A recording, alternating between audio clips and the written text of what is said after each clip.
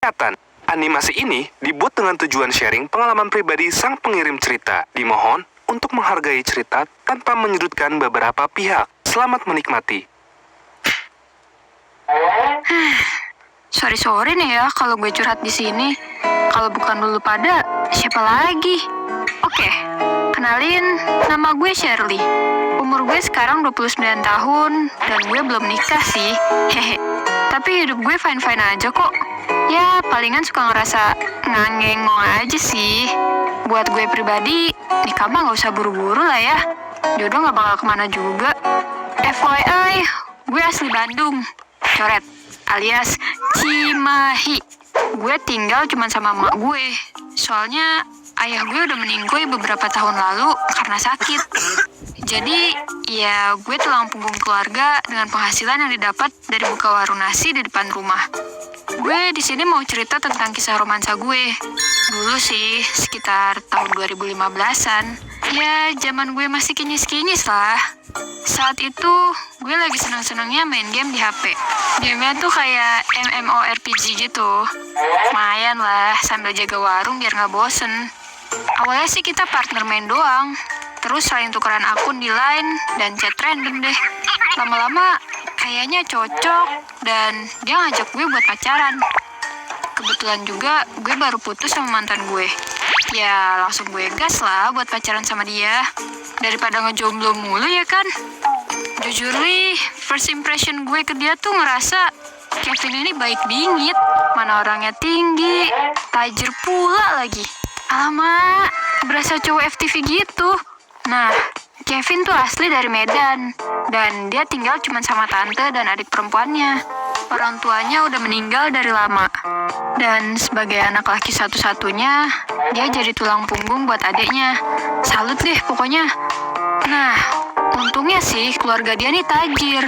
Jadi untuk masalah warisan, gak ada yang rebutan karena ya tantenya juga tajir.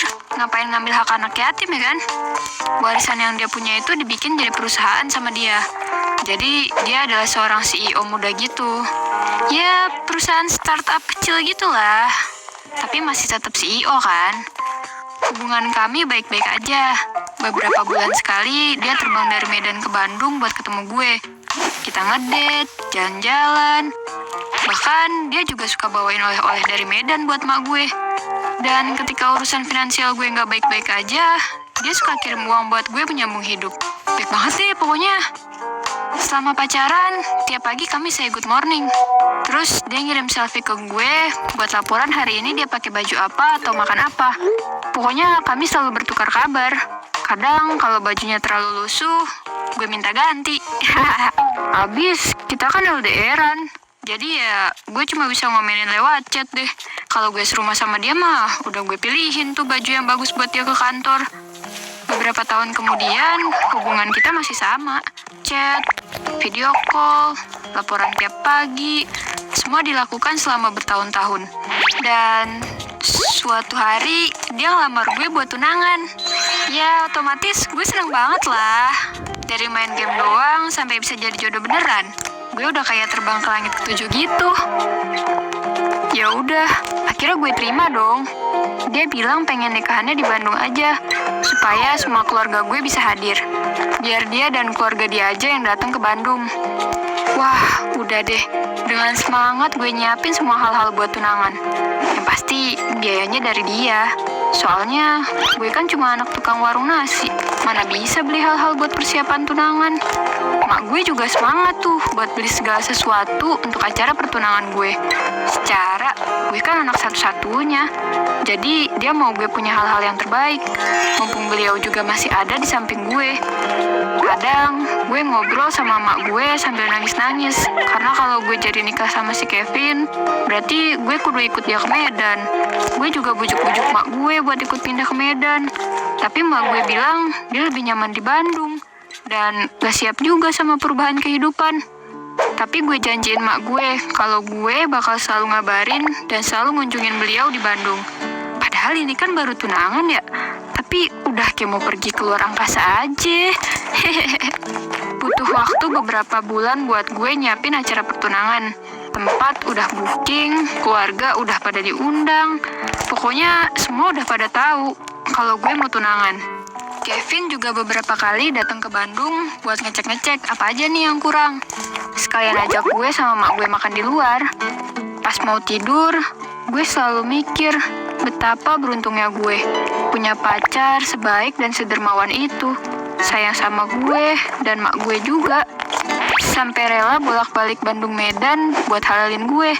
Pokoknya gue merasa gue adalah cewek paling beruntung di dunia. Akhirnya pertunangan pun berjalan dengan baik.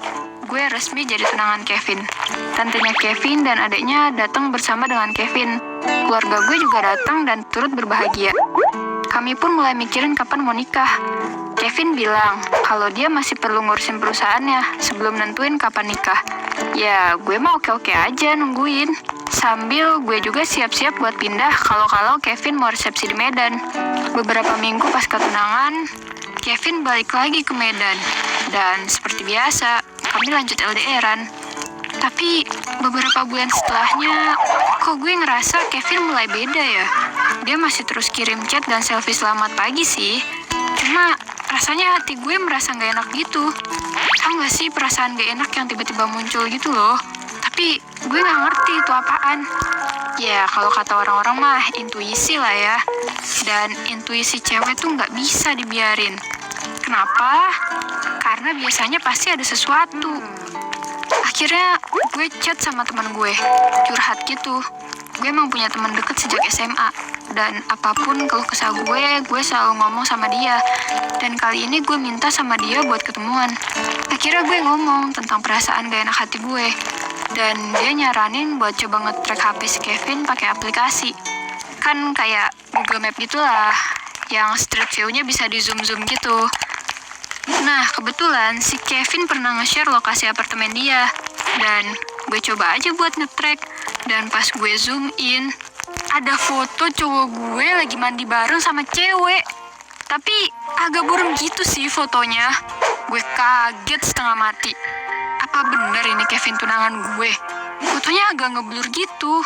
Tapi figurnya tuh mirip banget sama Kevin. Gue masih posting ya. Mungkin mirip aja kali. Tapi koordinat tempatnya persis apartemen Kevin. Tapi kan apartemen ya. Siapa tahu itu orang yang di lantai bawah atau atasnya apartemen Kevin. Temen gue juga lihat dan dia bilang, mungkin orang yang mirip aja kali. Terus gue kayak, ya udahlah ya, semoga aja bukan seburuk apa yang gue pikirin. Terus ya udah, gue coba lupain hasil foto trackan waktu itu. Dan gue chat Kevin kayak biasa. Tapi gue masih tetap penasaran. Jadi gue kirim tuh fotonya ke si Kevin. Pih, ini kamu bukan? Agak lama tuh Kevin jawabnya. Dapat foto itu dari mana? Jawab dia. Terus gue balas lagi. Dari aplikasi. Mami coba nge-track papi, terus ini yang didapat. Dari situ Kevin gak jawab. Dia kayak cuma mencoba buat bikin alasan gitu. Kayak yang salah orang kali. Tapi feeling gue ngerasa kalau itu beneran Kevin. Gue nggak mau suuzon sama dia ya. Jadi ya udah, gue coba buat lupain.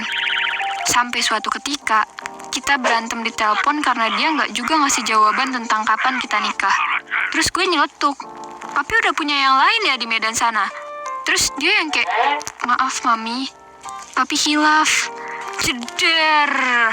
Gue ngerasa kayak disambar petir di siang bolong. Ternyata apa yang gue lihat waktu itu adalah kebenaran. Gue yang lagi marah langsung kayak, ya udah kita putus. Tapi Kevin mencoba mohon-mohon sama gue buat gak putusin dia karena kita udah tunangan. Dia bilang, maafin papi Mi, papi cuma kesepian karena mami gak selalu ada bareng papi. Ya bener sih, karena kita LDR-an. Gue juga sering kok merasa kesepian karena dia jauh.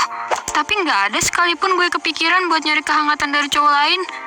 Gue udah kepalang sakit hati sih. Dan gue orangnya sangat keras kepala sama pilihan gue. Kalau gue udah bilang enggak, ya enggak. Jadi gue tetap putusin dia. Setelah itu, dia tetap mencoba untuk balikan sama gue. Dia chat dan selfie tiap pagi. Nanyain, Mami kabarnya gimana? Udah makan belum? Berasa kayak apa yang diomongin ke gue tempo hari itu nggak pernah terjadi sama sekali. Sampai akhirnya gue cukupkan sampai hari itu. Gue blok semua hubungan kontak sama dia, dan gue curhat sama mak gue. Mak gue marah bukan main. Gue nangis sejadi-jadinya. Sekecewa itu. 8 tahun gue habisin waktu gue. Berharap akhirnya gue menemukan cinta sejati gue. Ternyata malah kandas gara-gara cowok gue gak tahan dengan rasa kesepian karena LDR. Gue usaha banget buat mencapai kebahagiaan hidup lagi. Gue hangout lagi sama temen-temen gue. Sampai beberapa tahun setelahnya, akhirnya gue dapet cowok baru. Kali ini cowoknya temen gue waktu kuliah dulu. Namanya Anton. Dan dia sekota sama gue. Jadi udah gak ada tuh cerita kesepian-kesepian lagi. Kalau kangen tinggalnya yang buat ketemu. Gue kadang masih kontekan sih sama ade dan tantenya si Kevin. Tapi ya, kita cuma sekedar bertukar kabar aja. Dan dari mereka, gue jadi tahu kalau perusahaannya Kevin hancur gara-gara si cewek yang waktu itu jadi selingkuhan dia. Well, namanya juga kehidupan. Mungkin itu balasan dari Tuhan buat Kevin karena udah berkhianat sama gue. Tapi ya gue sih mencoba untuk gak dendam ya. Toh udah dibalasin sama Tuhan juga. Gue mah fokus sama hidup gue aja. Doain aja bisa cepet nikah ya guys. Dan semoga kali ini gak flup lagi hubungannya. So, buat kalian pejuang LDR, please banget jangan mudah goyah sama orang baru. Ingat, ada hati yang harus lo jaga. Lo LDR ya berarti harus siap komitmen. Sekian dari gue, jangan lupa subscribe channel Gue Punya Cerita. Bye!